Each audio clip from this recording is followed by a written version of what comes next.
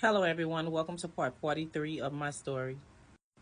So, at this time, I've got my cell phone situation squared away, and I'm speaking with his mother. And his mother is basically, in so much shock about everything that has happened. And so she's telling me that, she spoke to him and that he's telling her, I don't have anything to worry about. And she's basically telling him to please, please take this charge, make sure that he does the time for this because I don't deserve to do time for this and all this. At this time I'm practically getting ready to have to travel to Miami, Florida to be arraigned before a magistrate there for these charges that I'm facing in Miami. And so I'm dressed to impress when I walk into this courtroom, and I'm thinking I'm going to stand before the judge. They're going to tell me what I'm being charged with here, and I'm going to leave. That's absolutely what did not happen. So they called me to the front, and once they called me to the front, they started going over these charges, and then they said to take me into custody. And so I'm completely confused. So it's my sister and my aunt sitting there, and so now they're worried, they're crying because they're taking me into custody. So and they put me in a holding cell with maybe like 9 or 10 other women, and I'm in this holding cell for hours and hours and hours, and I don't know exactly what's going on and what's gonna go on. I'm just hoping and praying that I'm leaving here today. So my sister found an attorney there and asked them to help me to real fast because I was there on arraignment and that we were from Texas and that they had taken me into custody. So shout out to my sister Princess. Well, they called me back out. I go through the arraignment process. They're reading me all these charges and they're saying all these other people names who are not there with me. Most of these names I don't even know. Well, eventually they're saying that I just need a signature bond, that they're going to honor my $30,000 Texas bond that I have. And so my sister ends up signing her signature on that bond that day. So we leaving so much going on around me, and I'm pretty much trying to communicate between attorneys. So I'm talking to my Texas attorney, trying to figure out, what's going on with this court date and all kind of stuff like that. And he's telling me they're pushing that Texas court date back in Beaumont. So I still haven't been arraigned in Texas. So now I'm already prepared that when I go to court in the Eastern District, I'm probably going to be arrested again. However, I'm talking between both attorneys about me not being able to communicate with him, and they're basically saying they're going to fix this.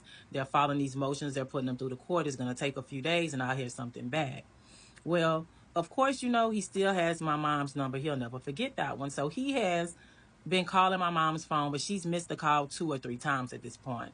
But eventually he calls and he reaches her and they get to talk on the phone or whatever, and she's relaying, what he's saying back to me. And then she's also telling him how someone broke in our house. She's telling him who did it, how they've taken all this stuff. And so he's not happy about that. My mother goes ahead and she gives him, my new cell phone number in which he can contact me. And she's basically telling him that once, the courts get everything approved and stuff, that, he'll know. And so he's asking for one of my older daughter's cell phone because he want to call and check on the kids. So she's giving him their cell phone numbers and their emails so he can also send messages, which, I'll be screening. So at that time, they hang up the phone or whatever. My mom is feeling really, really bad for him. But at the same time, she's like, he has you in this situation. This is crazy. You're facing prison time. I just wish the best for you. And so there's knocking at my door, and it's a constable. So I get up and I open the door, and they're serving me with these papers for me to appear in court for truancy now in Sugarland. And so so 2 weeks later, I go before the judge. I tell the judge, me and my husband got caught up in a fraud case. I was taken into custody.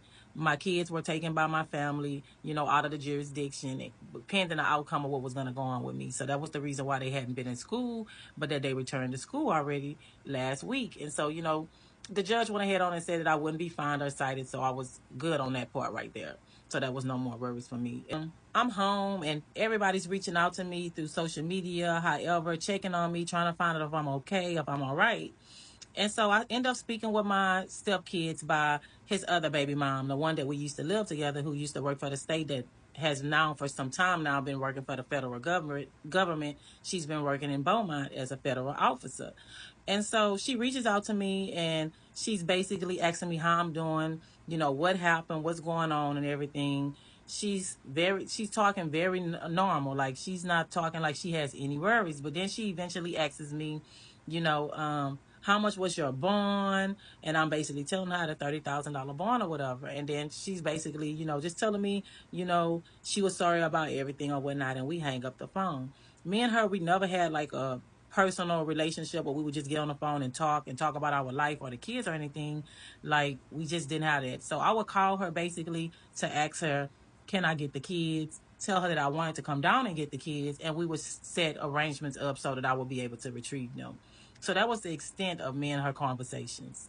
He did most of the conversating with her. Well, there's a backstory to this side of the story that I didn't tell y'all because I wanted to wait kind of to towards the end to be able to bring this part of the story to y'all. So, she's a federal officer that works at a federal complex in Beaumont. And she's also involved in this case. So there was a time when I went to the post office to pick up some documents, and the documents were sealed in a big envelope that was from the United States Postal Service. And on the front of the envelope, it was her name with an address that I knew. It wasn't her address, but it was an address that I knew. That's what I'll say. And so I opened up this envelope before giving it to him.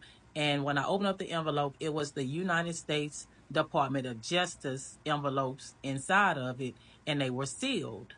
There's no writing on the front of them at all. And so I bring him these envelopes, and he's very, very pissed off at me at this time when this happens. He's mad because I've unsealed these envelopes without. When I was telling y'all that I was going out meeting with these people, I was giving these people these envelopes when he would give them to me. These envelopes were actually coming from her. And so me and him got in an argument about that at that time. And he was basically telling me that she worked with the people too and all this kind of stuff. Which at that time it was real sketchy and I didn't really believe it. But sometime later when all the stuff started going on and he started telling me that I better do what he said because I was the one, he started telling me, you're the one that went out there, you gave these people this stuff, that girl didn't want you in her business and all kind of stuff like that. So on the day when I was first arrested by the feds and I was taken down and I was sitting in that cold room for hours and hours and hours before someone came in and talked to me, they initially started asking me before they concluded their interview about these documents. And they pushed some documents in front of me and they said, so tell us, how did you make this? What kind of computer did you use to make this on? And where did you get this information from? And so at that point, I'm telling them I absolutely did not make these documents. This is not something that I did at all. Like these documents were given to me and they wanted